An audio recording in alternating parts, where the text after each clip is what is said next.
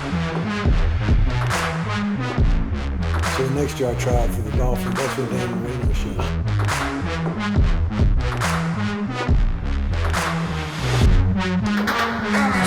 Shout out to the Mark in Athens, man. We've been shooting our live videos here all summer. Feel free to stop by. They have the best amenities in Athens, luxury apartments, everything. For more information, head to the website at www.themarkathens.com. Hey guys, Makai Muse here, back with another episode of Untold Stories, episode number 3. I'm here with Nazir Stackhouse. How are you, man? How you been? I've been great, man. Senior season coming up, and I'm just excited for this. Another opportunity to fulfill my destiny, especially at the University of Georgia, and try to punch my way into the NFL. Awesome, man. It must be sunny in here with those glasses on, huh? Yeah, it is, man. It's just part of my identity I just created, and I just like anybody who knows me. Like I don't go anywhere without my shades. It doesn't matter if it's dark outside, it could be raining. I just don't go nowhere without them. Just keep them in my back pocket every time. No matter what. No matter what. No matter what. So I know you're from Decatur, Georgia. Mm-hmm. All right. So was UGA kind of a dream school for you, or were you a fan of another school growing up? Or I didn't know nothing about college football at Really? all, so the recruiting process was a bit confusing. I never grew up watching college football, but I did watch the NFL a lot, and so I guess because I had that relation just with guys in the professional life, I don't know, I was just going on visits and just creating relationships with coaches and players that were in my class and stuff like that.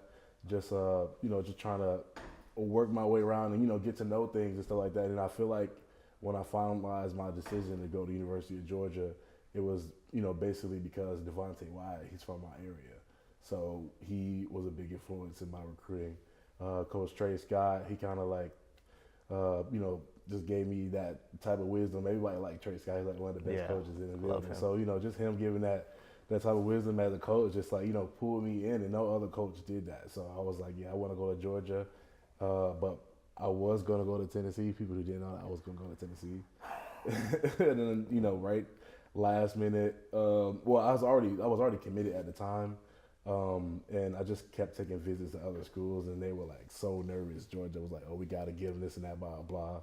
They kind of did some under the table stuff to get me to hurry up and sign because they thought I was going to flip and stuff like that, but it was never going to happen. I was just, taking advantage of those recruiting visits that we can get. I'm assuming they can get unlimited visits now. Limited OVs. Isn't that crazy? I think I've seen that. Right, we can only get 5. When I was a recruit, we could only get 5. So I was just taking on my visits just because I was bored in high school. I've been to Athens so many times. So I was like, yeah, I want to go to Tuscaloosa. I want to go to is it Nashville or Knoxville is what Tennessee is? Knoxville. Yeah, I want to go to Knoxville. I want to go to Gainesville and stuff like that, right? But that's it really. Yeah, so I can imagine those 5 official visits were fun. I'm kind of still hating that in the fact that I didn't get any official visits coming out during COVID, so I didn't get any official visits. Man, and I was not a high recruit, so I went on a couple visits to a couple schools. I actually came to Georgia on a junior day, like my sophomore year or something, but nothing much really recruiting-wise because of COVID. I wasn't highly recruited either. I was a little bit in the middle. I was top 25 in the state. That's all I can brag about. In the county, I was probably maybe top 15. Defensive line wise, in my county, maybe top 5, but I wasn't really ranked high. I was just good enough for colleges to see me, and I had a really great recruiting coach. So. Yeah. So at your time at UGA, what player would you say you've learned the most from, and what have you learned from them? I learned the most from Devontae Wyatt.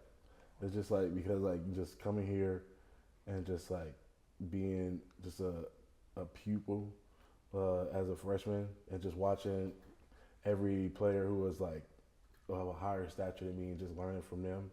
I feel like Devontae Wyatt was just he just stood out above most of them because where he's from, Towers, to come out of Towers High School is probably and become as great as he is right now is a huge accomplishment. It's really, really big. And to see him go from junior year to senior year, that flip was just something that amazed me just as a player, because like his work ethic changed just dramatically, and and it kind of like pushed me in a way, because I knew that if he can do it, especially coming from the type of community we grew up in, I can do the same thing. So. Yeah, I was really surprised of hearing Devontae White's story when Coach Smart was telling us a little bit about his story. I'm extremely proud of him. I did not know he went through all of that in that area and how bad it got in that area. Yeah, it's like, this is big. Like, me, I was kind of like a little bit of indoor, outdoor type of kid, so I didn't really stay in too much. I did peek my head out for the neighborhood to know me and things like that.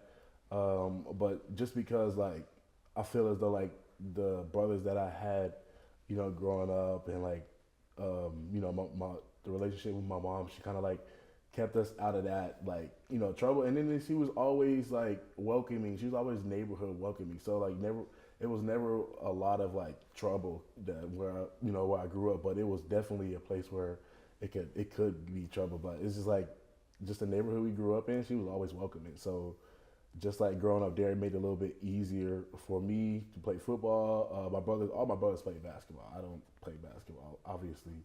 Can't play ball, but they all play basketball, and I got a little bit too big, played football and this and that, blah blah.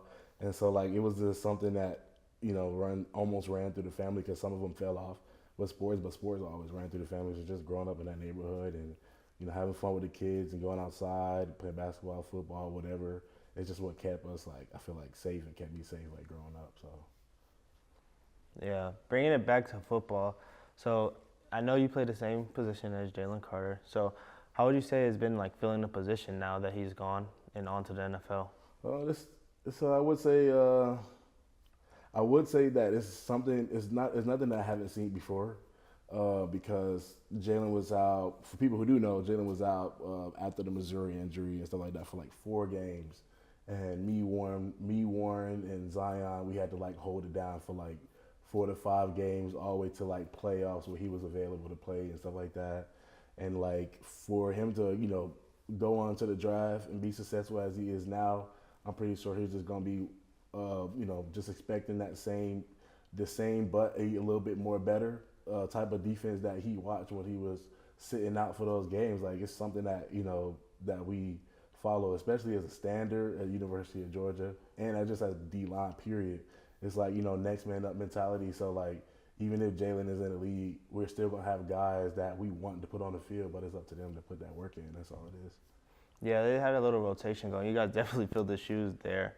I was gonna ask you, what are you gonna improve most on this season to play an even bigger impact than you did last season? I'm gonna improve on just being more disruptive. Really, like, I like set couple of private goals that I like, put on paper, burn it in a candle, just to manifest it in the future and stuff like that. I'm just that spiritual, but I just want to be doing more disruptive on the line, be a big impact in the game, especially when I need to be.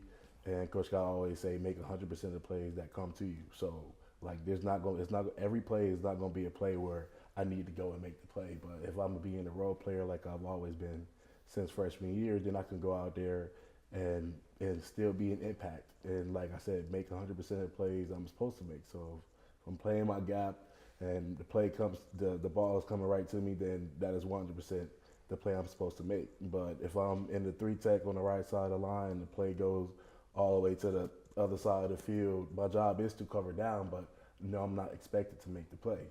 I'll just always just put in that type of effort. And like I said, just be more destructive on the line. Like, my mom always said, like, show a little bit more showmanship, because like, a lot of people, like, I only had that one Sleepy celebration, and I wanted to do a little bit more. It's just that because like when I'm locked into the game, I very rarely think about celebration. So it's like, but then again, I also do want to be on those hype videos that we have on the on the jumbotron. So I'm gonna be a little bit more excited when after plays and stuff like that. Try to show a little bit more like energy, and so that's definitely what I'm gonna do this year. So. Yeah, I feel like I have that same problem when I'm so locked into the game. Like, my friends have asked me, like, you scored, no celebration at G-Day? And I'm like, nah, I was just so locked in on doing my job. Like, I didn't even think about myself. Like, I was just thinking about the team. Mm-hmm. But to get a little bit off topic, I've seen a couple of your TikTok videos on my For You page. Yeah. A couple of them. I see your followers are going up on there. Is that something you do on your free time, or do you like just letting the fans know, get a little insight on who you are, or? It's a little bit of both. I definitely say it's like a free time type of thing, and especially for the fans to like feed into like what my lifestyle is, how I am, just a little bit how I am as a person, if I do say so myself.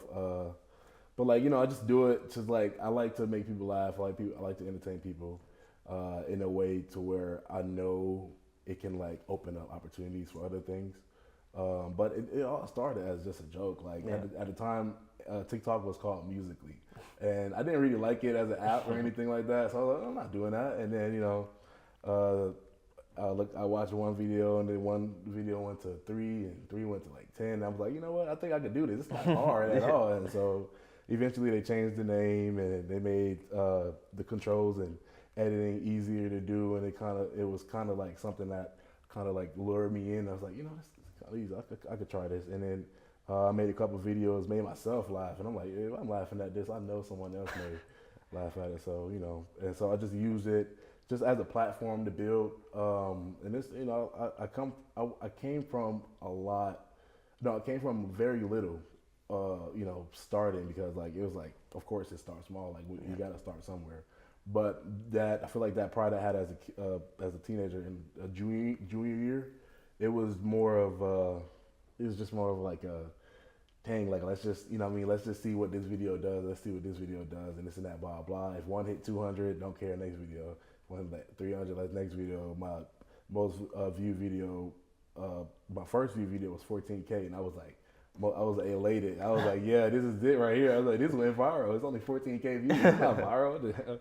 But I definitely use it for the fans to like entwine in my lifestyle, make people laugh and stuff like that. And I kind of like to stay on schedule with things, something like that. Like over there earlier when everybody was doing their podcast, I was doing a little editing because like I was just sitting there, so I was like, might as well edit some videos off CapCut. But it's just some site, so you know what I mean. And it's definitely gonna be something that I'm gonna use. I might go into YouTube. I'm not sure yet, but I might have to go to YouTube because I heard they was paying more. So I'm like, gonna use it. I think you should definitely try that. I feel like you have the personality. So like, how many videos are you making per week? Like, I don't know how to make TikToks at all. Like, I've tried to make TikToks, tried to edit TikToks. I don't understand it. Okay. It takes me all day to make one TikTok, and I just put it in my drafts because I'm like, I'm not posting this. TikTok is time consuming. I definitely can say that. And the one thing I can say as well is that I don't let it consume me because I know that I have other things that I need to focus on. School, relationships, football, all those things. And if I let, social media sink me in, then I can forget about what the real goals and what the real things are in life actually, like society-wise. But like, I don't make the videos throughout the week.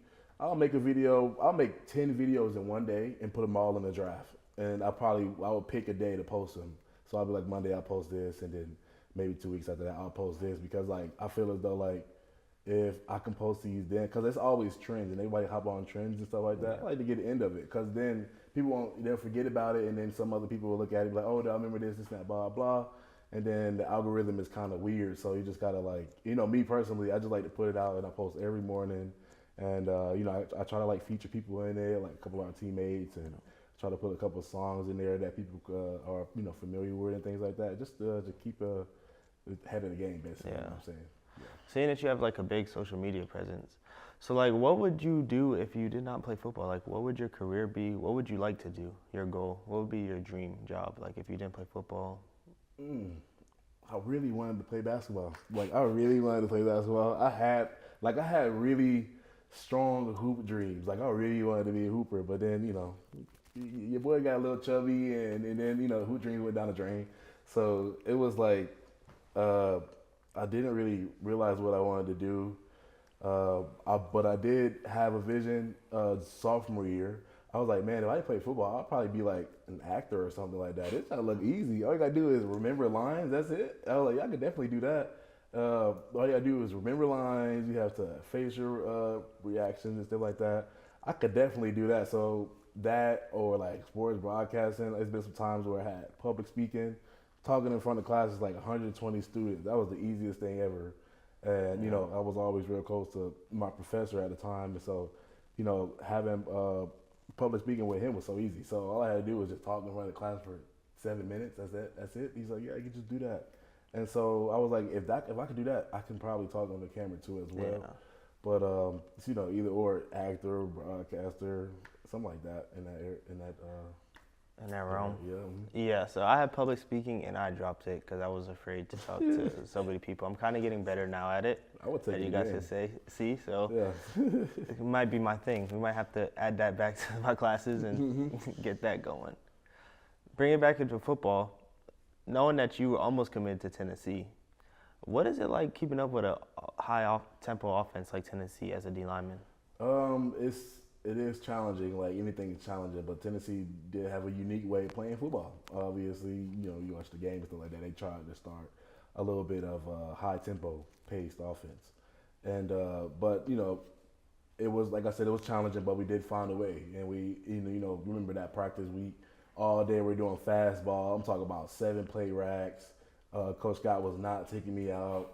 I was probably in the best shape that week actually, because I was probably weighing, at the time I was weighing 320. And I was probably weighing like maybe 316, 317 because we were just running so much. And when we're running a lot, like I kind of lose my appetite when eating. So I was losing so much weight. Well, not so much weight. 3 pounds is nothing, but so much weight. And then just playing Tennessee that week because the environment was so electric. And then they had already tweeted something about Sanford not being allowed a stadium. And it kind of like gave us a little bit more confidence to go out there and beat them. So like when they came out there fast, I didn't even get tired because we've done it throughout the whole week. And because it was Tennessee, a different opponent in our face, it wasn't the offensive line that practiced. It made it even more confident to like go out there and beat them and stuff like that. So when they started going fast, you couldn't even realize it really. So like just beating them like on first and second down, stop that like fast paced offense. And so after that they stopped doing it. After the first half, they stopped doing it. Yeah, I don't remember exactly how loud the decibel count was at that game, but it was rocking for that game. It definitely was rocking. And I remember scout team, like, you being a D lineman, I can only imagine how tired you were. I was playing receiver and I was dog tired. Like I'm literally like, okay, like let's get some other receivers in because I am tired. I'm literally drenched. You look like I just like hopped out of a pool. They had you wearing number 11 too, right? Yeah. And then you was running them screens and stuff. Running screens, running all the deep routes. I'm like, I hated those. I was like, damn, they finna get me use the ball. God, leave. Feel bad. So other than UGA, who would you say has the best offensive line? Offensive line, I say the toughest offensive line, in my opinion, would be Kentucky. Every time we played Kentucky, they gave us a real challenge, and like especially when it's cold. Like it's like I don't even feel my hands, and so like to break out that my hands is cold and my hands are dinged up mentality in the beginning of the game is very it's crucial because like you can't play the rest of the game thinking that because these guys are coming at your neck, they're coming at your head, and Kirby said it, and obviously the score is very low in our standard, it was very low. But it was a very physical game, not because their team is physical, it's because their offensive line is like their core. And so I feel like every year they gave me a great challenge. I feel like that was my only time. It's like my only time ever playing a full game against Kentucky. The year before, when they wore the chrome helmets, I didn't play in that game. The year before that, I played a little bit in my freshman year in that game, and it was still cold. It was still a physical game.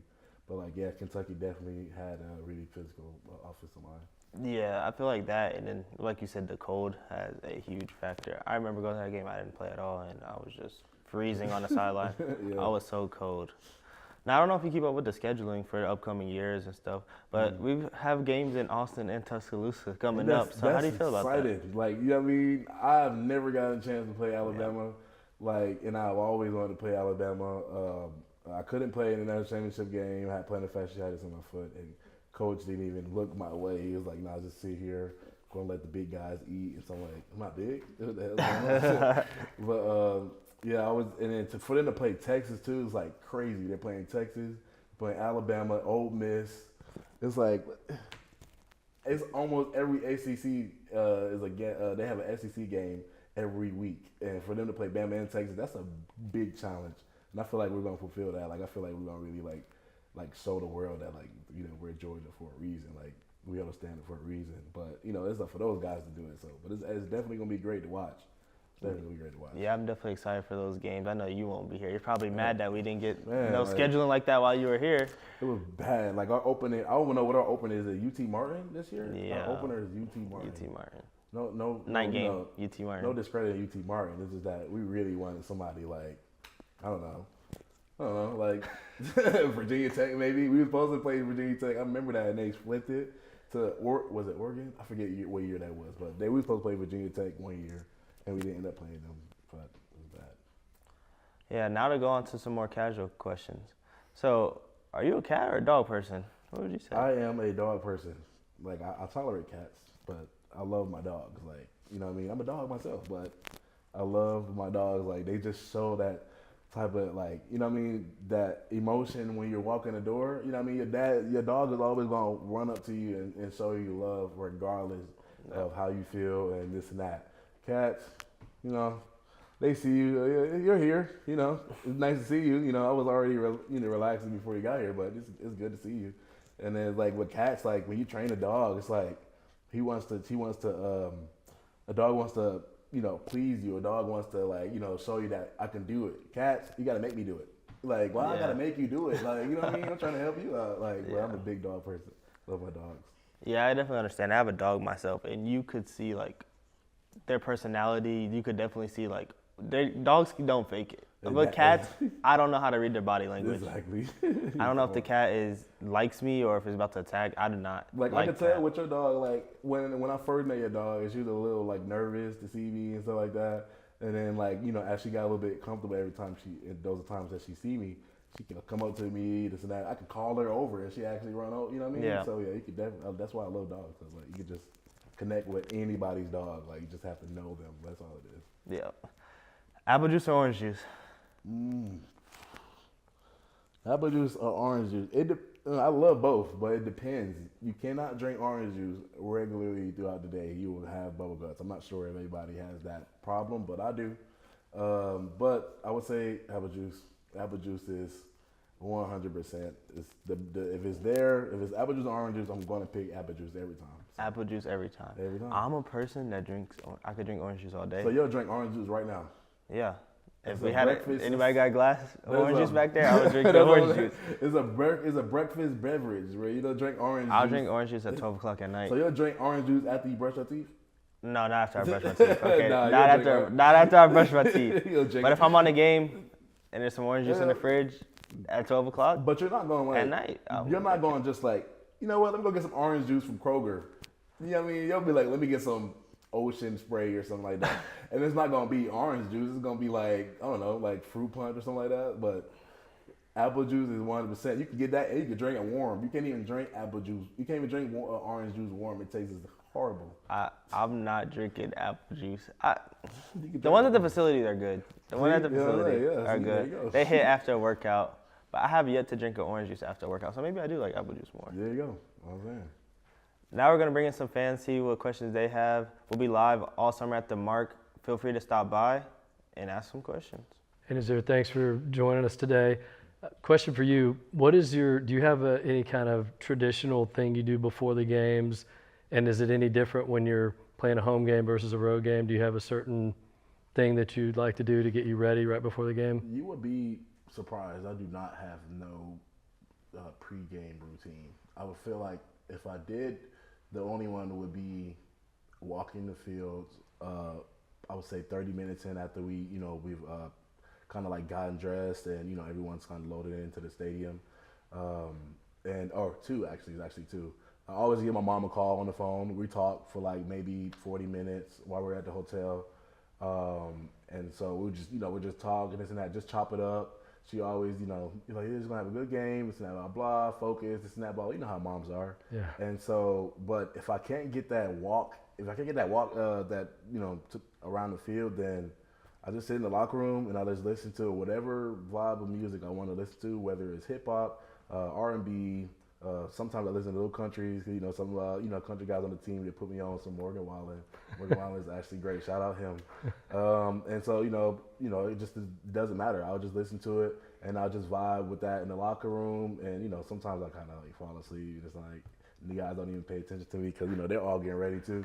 But I definitely just do those, either one of those two things. So that's it. You can really relax that much before the game that you could fall asleep. Mm-hmm. I can. That's actually incredible. fall asleep. No, it's crazy. You would never believe it. Can anybody else do that on the team? Or? I don't know. I honestly don't know. You're sleeping. You don't know if they are. Like I can just sit there and sit in my locker, and then they'll just leave me alone. They know that I'm asleep because they're used to seeing me sleeping on the team, but they just leave me alone. And then whenever it's time to get dressed, and I'll get up. Okay, let me put my shoulder pads on. It's time to work. That's how it is. That's awesome. Thank you. No problem. Thank you for having you, Nas. Mm-hmm. I appreciate it so much. Also, shout out to the Mark once again. Live shows. Feel free to come out anytime. Also, if you cannot come out, drop in the comments who you'd like to see next on our show. And also feel free to ask questions in the comments, and we'll play them here on our show. Thank you guys so much.